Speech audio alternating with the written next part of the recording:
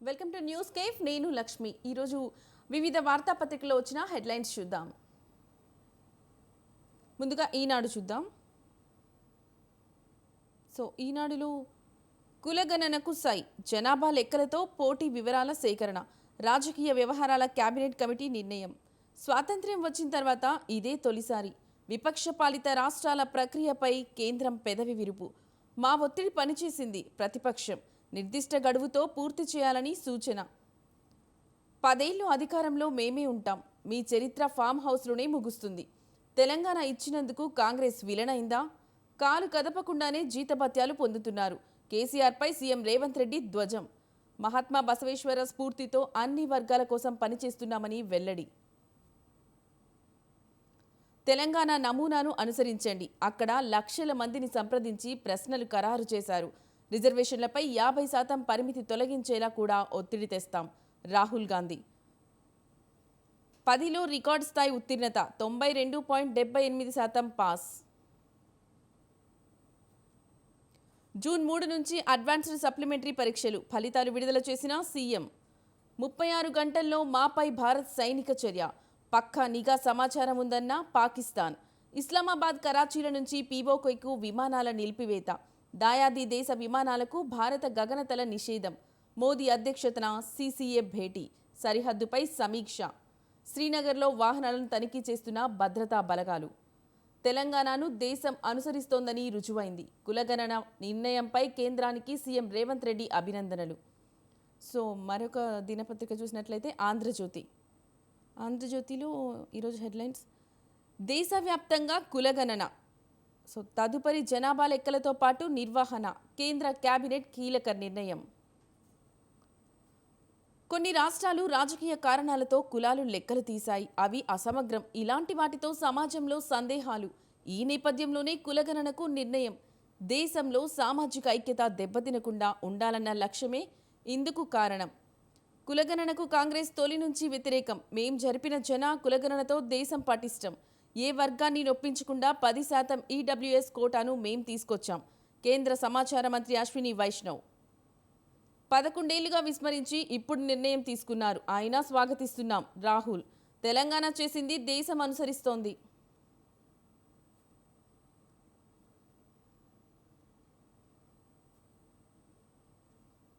మరి ఒక పేపర్లో చూసుకున్నట్లయితే సాక్షిలో కూడా ఇదే ఉంది. కులగణనకు ఓకే, జనగణనతో పాటే నిర్వహణ, కీలక నిర్ణయం తీసుకున్న కేంద్రం. పిల్లలకు చెప్పాల్సిన మాయాబజార్ పాఠాలు. అక్షయ తృతీయ జోరుగా కొనుగోళ్లు. అత్యంత పారదర్శకంగా కులగణన నిర్వహిస్తాం. రాజ్యాంగం ప్రకారం గణన. కేంద్రం పరిధిలోని కొన్ని రాష్ట్రాల్లో రాజకీయ కోణంలోనే కుల సర్వేలు. ఈ సర్వేలు సమాజంలో సందేహాలు సృష్టించాయి. సమాజంలో రాజకీయ విభజన రాకూడదనే ఈ నిర్ణయం. దైవ సాక్షిగా మళ్లీ భక్తులే బలి. హడావుడిగా కట్టిన నాసిరకం గోడకూలి, సింహాచలంలో 7 భక్తులు సజీవ సమాధి. కాలమ్స్ లేకుండా ఫ్లైష్ ఇటుకలతో నిర్మాణం. క్యూలైన్లో వెళ్తున్న భక్తులపై గాలివానకి కూలిన గోడ. చందనోత్సవ వేళ అప్పన్న సన్నిధిలో తెల్లవారుజామున పెను విషాదం. 2 లక్షల మంది వస్తారని తెలిసినా ఏపీ సర్కార్ నిలువెల్లా నిర్లక్ష్యం. అంత ఎత్తు గోడ కట్టినప్పుడు ఫ్లైష్ ఇటుక వాడవచ్చా? పోస్ట్ మార్టంలోనూ రాజకీయమే. జగన్ వస్తున్నారని తెలిసి కేజీహెచ్ నుంచి బాధిత కుటుంబాల తరలింపు. పోస్ట్ మార్టం పూర్తి చేశాక బలవంతంగా సంతకాల సేకరణ. ఇక నమస్తే తెలంగాణలో చూసినట్లయితే కులగణన చెల్లదు, కేంద్ర మంత్రి వైష్ణవ్ ప్రకటన. రేవంత్ సర్కార్ సర్వే బుట్ట దాకాలే.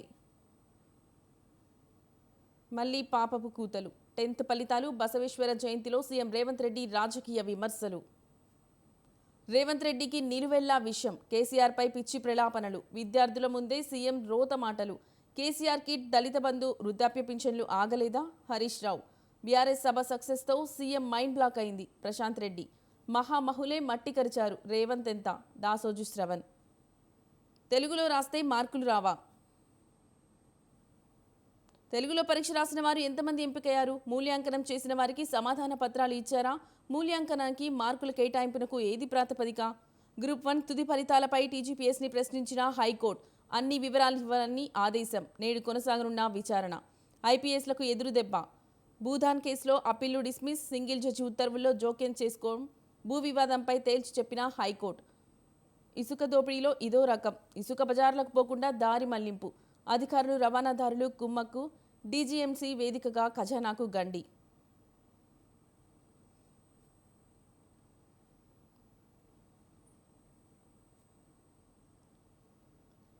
ఈనాడు ఆంధ్రప్రదేశ్లో కులగణనకు సై. జనాభా లెక్కలతో పాటే వివరాల సేకరణ. 36 గంటల్లో మాపై భారత్ సైనిక చర్య. పక్కా నిఘా సమాచారం ఉందన్న పాకిస్తాన్. ఓకే, ఇవి ఈరోజు వార్తాపత్రికలో ఉన్న హెడ్లైన్స్. సో ఇప్పుడు మనం చూసినట్లయితే మనతో దీని గురించి వివరించడానికి విశ్లేషకులు హరిశేషు గారు ఉన్నారు. సో సార్ చెప్పండి. శేషు గారు నమస్తే సార్. నమస్కారం. ఓకే, ఇప్పుడు మనం చూసుకున్నట్లయితే కులగణనపై బీఆర్ఎస్ గవర్నమెంట్లో కూడా పోయినసారి కూడా కులగణన నిర్వహించారు. మరి ఇప్పుడు వచ్చిన కాంగ్రెస్ గవర్నమెంట్ కూడా చేస్తామంటున్నారు. సో ఈ రెండు గవర్నమెంట్లు చేసే కులగణన వల్ల లాభం ఏంటి ప్రజలకు? ఇద్దరు కులగణనకు మధ్య తేడాలేంటి? నమస్కారం. కేంద్ర ప్రభుత్వము ఒక కీలకమైనటువంటి నిర్ణయం తీసుకున్నది. రాబోయేటటువంటి జనగణనలో భాగంగా జాతి ఆధారిత కులగణన కూడా చేయాలనేటటువంటి నిర్ణయం కేంద్ర ప్రభుత్వం కేబినెట్ తీసుకున్నట్టుగా మనకి కేంద్ర మంత్రి అశ్విన్ వైష్ణవ్ గారు వెల్లడించారు. అయితే ఈ సమస్య ఏంటి అని అంటే 1931 వరకు, అంటే 1881 నుండి 1931 వరకు, అంటే బ్రిటిష్ పాలనా కాలంలోనే ప్రతి 10 సంవత్సరాలకు ఒకసారి జనాభా గణన చేస్తున్నప్పుడు దాంట్లో భాగంగానే ఏ కులాలు ఎంతున్నాయి అనేటటువంటి సమగ్రమైనటువంటి గణన జరిగేది. కానీ 1931 తర్వాత, అంటే 41కు వచ్చేసరికి అప్పుడు స్వాతంత్రం వచ్చేటటువంటి సమయం ఆసన్నమైన సందర్భంలో 41లో కులగణన అప్పుడు చేయలేదు, జనగణన చేయలేదు. 1951కి వచ్చేసరికి 51 నుంచి భారత ప్రభుత్వమే జనగణన చేస్తున్నటువంటి సందర్భంలో దాంట్లో భాగంగా కులగణన చేపట్టట్లేదు. ఒక ఎస్సీ ఎస్టీలకు సంబంధించినటువంటి కుల గణన మాత్రమే చేపడుతూ ఓబీసీలకు సంబంధించినటువంటి కులాల గణన జరగట్లేదు. 1951 నుంచి స్వతంత్రం వచ్చిన దగ్గర నుంచి కూడా అదే జరుగుతుంది. అయితే అప్పటి నుంచి కూడా దేశంలో ఉన్నటువంటి బలహీన వర్గాలు, కోట్లాది మంది బలహీన వర్గాలు, 50% పైగా ఉన్నటువంటి బలహీన వర్గాలు ఒక డిమాండ్ చేస్తూనే ఉన్నారు. జనగణనలో భాగంగా కులగణన చేయాలనేటటువంటి డిమాండ్స్ వస్తున్నప్పటికి కూడా భారత ప్రభుత్వము కేంద్రంలో ఏ పార్టీ అధికారంలో ఉన్నా ఈ జనగణనలో భాగంగా కులగణన చేయలేదు అనేటటువంటి విషయాన్ని మనం గమనించాలి. అయితే గత కొంతకాలంగా దేశవ్యాప్తంగా జనగణనలో భాగంగా కులగణన చేయాలనేటటువంటి ప్రధానమైనటువంటి డిమాండ్ ప్రజల నుండి, ముఖ్యంగా ఓబీసీ వర్గాల నుండి వస్తున్నటువంటి నేపథ్యంలో కాంగ్రెస్ పార్టీ 2024 లోక్సభ ఎన్నికల సందర్భంగా ఒక స్పష్టమైనటువంటి హామీ ఇచ్చింది తన మేనిఫెస్టోలో. హిస్సేదారీ న్యాయం, భాగీదారీ న్యాయం అనేటటువంటి ఒక స్పష్టమైనటువంటి ఒక హామీ ఇచ్చింది. ఆ హామీ ఏంటి అనంటే, మేము అధికారంలోకి వస్తే దేశవ్యాప్తంగా కులగణన చేస్తాము అనేటటువంటి ఒక హామీతో పాటు రిజర్వేషన్లపై ఉన్నటువంటి 50% పరిమితిని కూడా ఎత్తివేస్తామనేటటువంటి ఒక ప్రధాన హామీని ఇచ్చింది. అయితే కాంగ్రెస్ పార్టీ అధికారంలోకి రాలేదు. అయితే 11 సంవత్సరాలుగా దేశంలో అధికారంలో ఉన్నటువంటి భారతీయ జనతా పార్టీ ఇంతవరకు ఈ డిమాండ్ పైన ఒక స్పష్టమైనటువంటి హామీ ఇయ్యలే, జనగణనలో భాగంగా కులగణన చేయాలని. అయితే 2021లో జనగణన జరగాలి, కానీ కోవిడ్ వచ్చినటువంటి పరిస్థితుల దృష్ట్యా జనగణన జరగలేదు. 2026లో జనగణన జరుగుతుంది అనేటటువంటి వార్తలు వస్తున్నాయి. ఎందుకంటే 2026 జనగణన తర్వాతనే పాపులేషన్ సెన్సస్ ఎస్టిమేషన్ తర్వాతనే మీరు జమిలీ ఎన్నికలకు వెళ్లాల్సినటువంటి ఒక సందర్భం ఉన్నది. తర్వాత మహిళా రిజర్వేషన్లు అమలు చేయాల్సినటువంటి ఒక సందర్భం ఉన్నది. తర్వాత నియోజకవర్గాల పునర్విభజన చేయాల్సినటువంటి సందర్భం ఉన్నది. ఈ అన్ని పరిస్థితుల దృష్ట్యా కేంద్ర ప్రభుత్వం 2026లో పాపులేషన్ సెన్సస్ ఎస్టిమేట్ చేయాల్సి ఉంటుంది. అంటే దాంట్లో భాగంగానే ఈ కులగణన చేస్తామనేటటువంటి ఒక ప్రధానమైన నిర్ణయం తీసుకుంది. దీన్ని స్వాగతించాలి. మొత్తం దేశంలో ఉన్నటువంటి ఓబీసీ వర్గాలకు దీనివల్ల న్యాయం జరుగుతుంది. అయితే కేంద్రము కులగణన చేయటం లేదు కాబట్టి కొన్ని రాష్ట్రాలు తామే కులగణన సర్వే చేశాయి. మొట్టమొదట బీహార్ చేసింది, ఇది 2022లో. మన తెలంగాణలో కాంగ్రెస్ ప్రభుత్వం అధికారంలోకి వచ్చిన తర్వాత రేవంత్ రెడ్డి దీన్ని ప్రతిష్టాత్మకంగా భావించి రేవంత్ రెడ్డి ప్రభుత్వం కూడా కులగణన చేసింది. తర్వాత మన పక్కన ఉన్నటువంటి కర్ణాటక ఇటీవలనే కులగణన చేసి ఆ వివరాలను కూడా బయటపెట్టినటువంటి సందర్భం ఉంది. అనేక రాష్ట్రాలు ప్రకటించాయి. ఒక 9 నుండి 10 రాష్ట్రాలు కులగణన చేస్తామని ప్రకటించినప్పటికీ కూడా ఏవో కారణాల చేత అక్కడ పూర్తి చేయలేకపోయారు, దాన్ని ప్రకటించలేకపోయారు. కానీ ఈ 3 రాష్ట్రాలు మాత్రం ఇప్పటికే కులగణన చేశాయి. ప్రకటించినటువంటి సందర్భంలో కేంద్రం పైన ఒత్తిడి పెరిగింది. ఆ ఒత్తిడి పెరిగినటువంటి నేపథ్యంలోనే కేంద్ర ప్రభుత్వం ఈ నిర్ణయం తీసుకుంది. ఈ నిర్ణయం వల్ల దేశంలో ఉన్నటువంటి 80 కోట్లకు పైగా ఉన్నటువంటి బలహీన వర్గాలకు, ముఖ్యంగా ఓబీసీలకు న్యాయం జరుగుతుంది. ఎందుకంటే ఇంతవరకు ఈ 77, 78 ఏళ్ల స్వతంత్ర భారతంలో అసలు మేమెంతున్నామో మా లెక్కలు తెలవట్లేదు అనేటటువంటి ఒక ఆవేదన బలహీన వర్గాల నుంచి వస్తున్నటువంటి నేపథ్యంలో ఈ ప్రజల నుండి వస్తున్నటువంటి ఒత్తిడి మేరకు, కాంగ్రెస్ పార్టీ చేస్తున్నటువంటి ఒక ప్రచారం మేరకు భారతీయ జనతా పార్టీ ఈ నిర్ణయం తీసుకోవటాన్ని ఆహ్వానించదగినటువంటి పరిణామమే. దీనివల్ల దేశంలో ఉన్నటువంటి అసమానతల స్థాయి ఎంతో తెలిసిపోతుంది. ఏ ఏ వర్గాలు ఏ ఏ స్థాయిలో అభివృద్ధి చెందాయి, ఏ వర్గాలు ఎంత స్థాయిలో వెనకబడి ఉన్నాయి అనేటటువంటి ఒక వాళ్ళ ఫైనాన్షియల్, సోషల్, ఎకనామికల్, ఎడ్యుకేషనల్ ఈ స్టేటస్‌లన్నీ తెలుస్తాయి కాబట్టి దీనివల్ల దేశంలో ఒక మంచి జరిగేటటువంటి అవకాశం ఉంది. ఖచ్చితంగా జనగణనలో భాగంగా కులగణన చేయటాన్ని స్వాగతించాల్సినటువంటి అవసరం కూడా ఉంది. ఓకే. శేషు గారు, ఇప్పుడు మనం ఆంధ్రజ్యోతిలో చూసుకున్నట్లయితే సింహాచలం చందనోత్సవంలో జరిగిన సంఘటన, గోడ కూలి 7 భక్తులు మృతి. సో కాంగ్రెస్ కూడా చందనోత్సవంలో లాస్ట్ ఇయర్ కూడా చందనోత్సవంలో ఇలానే జరిగింది. అప్పుడు కూడా ప్రాణ నష్టం జరిగింది. అసలు తప్పు ఎవరిదంటారు? ప్రభుత్వం సరైన ఏర్పాట్లు చేయలేదంటారా? లేకపోతే ఒక్కసారి స్వామి నిజ రూప దర్శనం ఇస్తారు సంవత్సరంలో, అవునా? సో కాబట్టి భక్తుల సంఖ్య అధికంగా ఉంటుంది. మరి ఇలాంటప్పుడు ప్రభుత్వ నిర్లక్ష్యమే దీనికి కారణం అంటారా? సింహాచలం పుణ్యక్షేత్రానికి ఉన్నటువంటి ఒక ప్రత్యేకత ఏంటి అనంటే లక్ష్మీ నరసింహస్వామి, సింహాద్రి అప్పన్న నిజరూప దర్శనము చందనోత్సవంలో జరుగుతుంది. కాబట్టి భక్తులకు ఒక విశ్వాసం ఉంటుంది. ఈ చందనోత్సవం సందర్భంగా లక్ష్మీ నరసింహస్వామిని, సింహాద్రి అప్పన్నని నిజ రూపంలో చూస్తే మంచిది అనేటటువంటి ఒక నమ్మకం భక్తుల్లో ఉంటుంది. కాబట్టి చందనోత్సవానికి లక్షలాది మంది భక్తులు వస్తారు. దాదాపు 2 లక్షలకు పైగా భక్తులు ఈ చందనోత్సవానికి వస్తారనేటటువంటి అంచనాలు ఉన్నప్పటికీ కూడా ప్రభుత్వము కొంత మేరకు ముందస్తు ఏర్పాట్లు చేసినప్పటికి కూడా ఇలాంటి సంఘటన జరగటం దురదృష్టకరమైనటువంటి సంఘటనగానే మనం చూడాలి. అయితే దరిదాపు 70 అడుగుల పొడవు, 10 మీటర్ల ఎత్తు ఉన్నటువంటి గోడని ఒక 20 రోజుల క్రితమే నిర్మించారు. అయితే సింహాద్రి అప్పన్న చందనోత్సవం ఎప్పుడు జరిగినా వర్షం పడుతుంది. దానికి ఉన్నటువంటి ఒక ప్రత్యేకత ఏంటి అంటే ఆ భగవంతుడికి అక్కడ ఉన్నటువంటి అప్పన్నకు ఉన్నటువంటి ప్రత్యేకత ఏంటంటే వర్షం పడుతుంది. మరి 20 రోజుల క్రితమే కట్టినటువంటి గోడ ఇప్పుడు వర్షం వల్ల పడిపోయింది అనేటటువంటి ఒక ప్రధానమైన కారణాన్ని ప్రభుత్వం చెప్తున్నప్పటికీ కూడా బట్ ఈ గోడ నిర్మాణంలో ఎక్కడో నాసిరకమైనటువంటి అంశాన్ని వాడారు. ముఖ్యంగా ఇంత పెద్ద గోడ కట్టేటప్పుడు ఫ్లై యాష్ ఉన్నటువంటి ఇటుకలను ఎట్లా వాడతారు, నాణ్యత ప్రమాణాలు పాటించకపోవటం వల్లనే ఈ ప్రమాదం జరిగింది. గోడ కూలుతుంది అనేటటువంటి వర్షం వస్తుంది అనేటటువంటి ఒక హెచ్చరిక వస్తున్నప్పటికీ కూడా ప్రభుత్వము ముందు జాగ్రత్త చర్యలు తీసుకోకపోవటం వల్ల దరిదాపు 8 మంది భక్తులు మరణించడం ఒక విషాదకరమైనటువంటి సంఘటనగానే చూడాలి. ఇది ఇది ఇది ప్రథమం కాదు కదండి. ఇటీవలనే మీకు తిరుమల తిరుపతి దేవస్థానంలో కూడా ఉత్తర ద్వార దర్శనం సందర్భంగా ప్రభుత్వం వ్యవహరించినటువంటి వైఖరితోటి అక్కడ కూడా తొక్కిసలాట జరిగి మొత్తాన్ని వచ్చినటువంటి భక్తులందరికీ టోకెన్లు ఇచ్చేటటువంటి కార్యక్రమంలో ఒక పార్క్ లోకి నెట్టేసి ఒక్కటేసారి గేటు తీయటం వల్ల జరిగినటువంటి తొక్కిసలాటలో 8 మంది చచ్చిపోయారు. ఇదే కాదు కదా, అంతకు ముందు గోదావరి పుష్కరాల్లో కూడా ఇదే విధమైనటువంటి వ్యవహారం అనుసరించడం వల్ల 29 మంది భక్తులు చనిపోయినటువంటి ఒక సిరీస్ ఆఫ్ ఇన్సిడెంట్స్ మన కళ్ళ ముందు ఉన్నప్పుడు ఇట్లాంటి హెవీ హ్యూజ్ క్రౌడ్ వచ్చేటటువంటి సందర్భాల్లో ప్రభుత్వం చాలా జాగ్రత్తలు తీసుకోవాల్సినటువంటి అవసరం ఉంది. బట్ ఇట్లా తీసుకోకపోవటం వల్ల ఇటీవల జరిగిన సంఘటన టీడీటీలో జరిగింది, మళ్ళీ ఇక్కడ సింహాచలంలో జరుగుతున్నటువంటి సంఘటన. అదేవిధంగా కూటమి ప్రభుత్వం ఆంధ్రప్రదేశ్ లో అధికారంలోకి వచ్చిన తర్వాత జరుగుతున్నటువంటి సంఘటనలు అన్ని కూడా చూస్తుంటే ఏమనుకోవాలా? ఫస్ట్ మొట్టమొదట మొదలు పెట్టింది తిరుమల కలియుగ దైవం వెంకటేశ్వర స్వామి నుంచి మొదలు పెట్టారు. లడ్డూలో అపచారం జరిగింది, లడ్డూలో అడల్టరేషన్ జరిగింది, ఇతర జంతు కొవ్వులు దాంట్లో కలిసాయి అనేటటువంటి దాని నుంచి ప్రారంభమైనటువంటి ఒక అపచారము అది ఇట్లాంటి ప్రతిఫలాలకు కారణమవుతుంది అనేటటువంటిది. అంత కీలకమైనటువంటి సున్నితమైనటువంటి విషయాన్ని ప్రభుత్వము ఎలాంటి ఎంక్వైరీ చేయకుండా ప్రజల్లో పెట్టడం, ఒక అపోహలు సృష్టించటం, ఏకంగా కలియుగ దైవం వెంకటేశ్వర స్వామిని రాజకీయాలకు వాడుకోవటం, రాజకీయ విమర్శలు జరగటం ఒక జుగుప్సాకరమైనటువంటి అంశంగానే మనకు కనపడుతుంది. కాబట్టి భగవంతుడి విషయంలోనైనా రాజకీయాలు చేయకుండా ఉంటే బాగుంటుంది. కానీ ఆంధ్రప్రదేశ్ లో భగవంతుడు కాదు, ప్రతి విషయాన్ని తల్లి, చెల్లి, తర్వాత తండ్రి, భగవంతుడు ఇంకా ఎంత దూరం పోతారో ఆంధ్రప్రదేశ్ రాజకీయాలలో అనేటటువంటి విషయం మనకు అంతుబట్టకుండా ఉంది.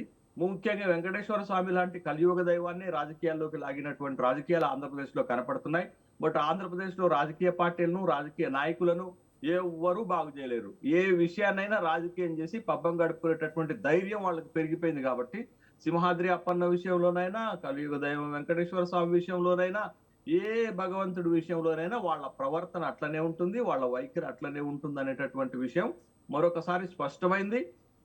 ఇట్లాంటివి జరగకుండా చూడాల్సినటువంటి బాధ్యత ఉందండి. లక్షలాది మంది భక్తులొస్తున్నటువంటి సందర్భంలో ముందస్తు జాగ్రత్తలు చూడకుండా ఇటీవలనే కట్టినటువంటి గోడ పచ్చిగా ఉంటుంది. అది పడిపోయే ప్రమాదం ఉందని ఊహించకపోవటం కూడా ప్రభుత్వం తప్పవుతుంది గదా!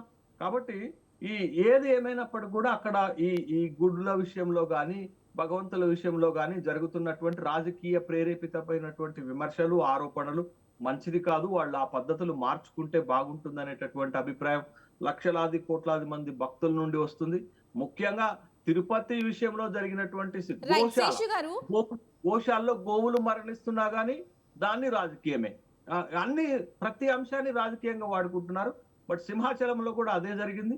అక్కడ 8 మంది భక్తులు ప్రాణాలు కోల్పోయినారనేటటువంటిది ఒక బాధాకరమైన విషయంగానే చూడాలి. ఓకే.